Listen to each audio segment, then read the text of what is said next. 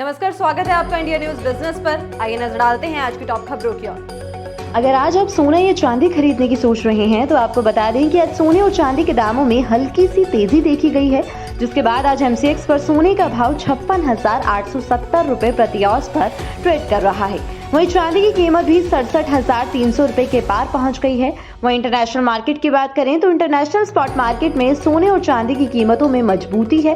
COMEX पर सोने का भाव $1,840 प्रति औंस पर ट्रेड कर रहा है। इसी तरह चांदी की कीमत भी करीब 1.25% चढ़ गई है, जिसके बाद कॉमेक्स पर चांदी के दाम $21.36 प्रति औंस पर पहुंच गए हैं। वीकली एक्सपायरी के दिन बाजार में दिखी हरियाली। निफ्टी करीबन 100 पॉइंट्स की मजबूती के साथ 19,500 के ऊपर जाकर बंद हुआ, तो वहीं सेंसेक्स में करीबन 400 अंकों की मजबूती देखी गई और आज सेंसेक्स 65,631 पे जाके बंद हुआ। करीबन 2.5% की तेजी के साथ लार्सन एंड ट्यूब्रो आज का टॉप गेनर रहा, तो वहीं करीबन 1.5% की कमजोरी के साथ पार ग्रिड क्रॉप आज का टॉप लूजर बना। निफ्टी IT आज का टॉप सेक्टर रहा, तो वहीं निफ्टी PSU बैंक का आज का परफॉर्मेंस निराशाजनक रहा। सरकार ने नवरात्रि से पहले देश के करोड़ों लोगों को बड़ी सौगात दे दी है। सरकार ने उज्ज्वला गैस योजना में सब्सिडी को बढ़ा दिया है। इसका फायदा देश के करीब 10 करोड़ लोगों को मिलेगा। सब्सिडी 200 रुपए से बढ़ाकर 300 रुपए कर दी गई है। केंद्र सरकार के कैबिनेट की बुधवार को बैठक हुई, जिसमें सरकार ने प्रधानमंत्री उज्ज्वला योजना के लाभार्थियों के लिए सब्सिडी राशि बढ़ाने का फैसला लिया। उज्ज्वला योजना पर सरकार पहले से 200 रुपए की सब्सिडी दे रही थी, अब 100 रुपए की सब्सिडी और बढ़ा दी गई है, जिसके बाद 1103 रुपए में मिलने वाला सिलेंडर उज्ज्वला योजना के लाभार्थियों को 603 रुपए में मिलेगा। वहीं जनरल कंज्यूमर्स को घरेलू गैस के सिलेंडर 903 रुपए में ही मिलते रहेंगे। पहले ये कीमतें 1103 रुपए प्रति सिलेंडर थी, लेकिन रक्षाबंधन के समय सरकार ने सिलेंडर की कीमतों में 200 रुपए की कटौती की थी। इंडिया ने अपने मेडिकल सिस्टम को और भी ज्यादा एडवांस करने के लिए नई नई टेक्नोलॉजीज का इस्तेमाल करना शुरू कर दिया है। Indian council of medical research ने एक drone logistic startup TSAW drone को ऑर्डर देने की अनाउंसमेंट के साथ ही ड्रोन के जरिए वेरियस मेडिकल प्रोडक्ट्स की सप्लाई से जुड़े एम्बिशियस प्लान की शुरुआत कर दी है।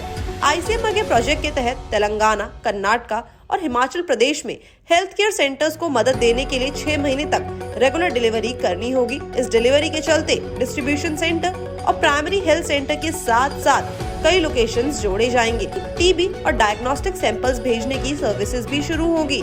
कई प्राइवेट कंपनीज ने ड्रोन के जरिए दवाई पहुंचाने और सप्लाई करने में हाथ आजमाया है। Digital health care company Tata MG ने 2022 के एंडिंग में देहरादून में ड्रोन के जरिए डायग्नोस्टिक सप्लाई और सैंपल्स की डिलीवरी शुरू की थी। बैंक की तरफ से Q2 अपडेट आने शुरू हो चुके हैं और सूर्योदय स्मॉल फाइनेंस बैंक के नतीजे सामने आ गए हैं। ईयर ऑन ईयर बेसिस पर प्रोविजनल ग्रॉस एडवांस 29% बढ़ चुका है। इसी के साथ प्रोविजनल डिसम्बर्समेंट में भी ईयर ऑन ईयर बेसिस पर 43% का जंप देखा गया है।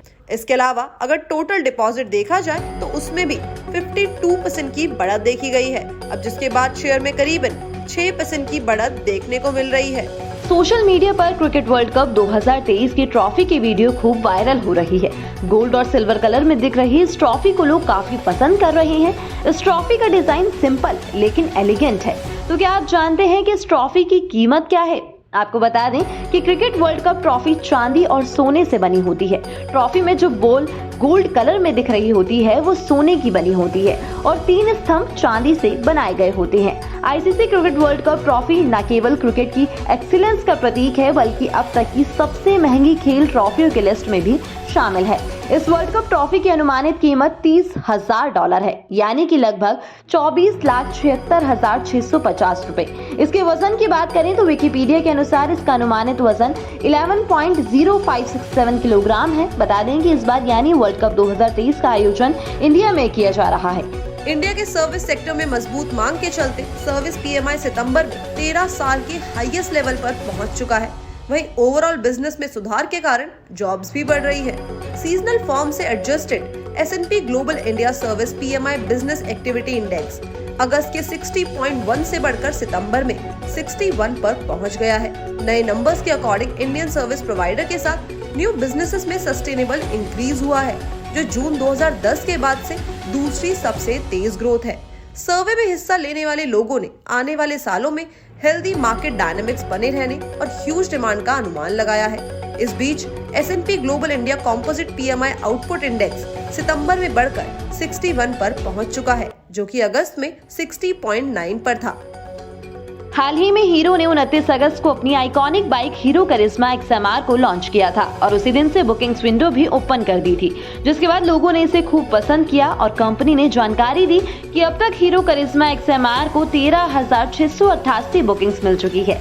बता दें कि नवरात्रि के पहले दिन यानी कि 15 अक्टूबर से इस बाइक की डिलीवरी भी शुरू हो जाएगी, तो अगर आपने भी इस बाइक की बुकिंग कराई है तो इस महीने ही आपके पास ये बाइक पहुंच जाएगी।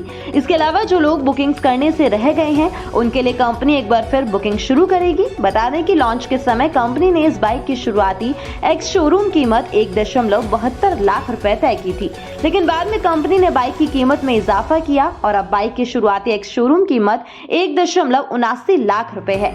ये कीमत 1 अक्टूबर से लागू हो गई है, तो अब बाइक को बुक करने की जब नई विंडो खुलेगी तब इसी नई कीमत पर बाइक बुक की जाएगी, यानी कि नए ग्राहकों को हीरो करिश्मा XMR 7,000 रुपए महंगी मिलेगी।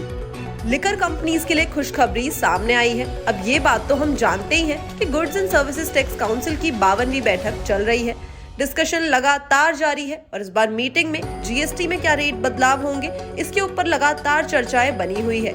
अब जानकारी आ रही है कि लिकर कंपनियों के लिए इस बार अच्छी खबर सामने आ सकती है। हो सकता है कि काउंसिल मोलासिस पर GST रेट को 28% से घटाकर 5% कर दे।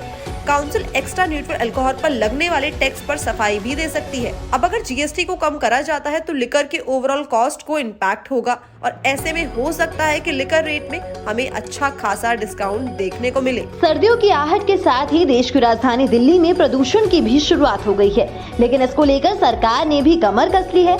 केजरीवाल सरकार ने पहले ही विंटर एक्शन प्लान तैयार कर लिया है।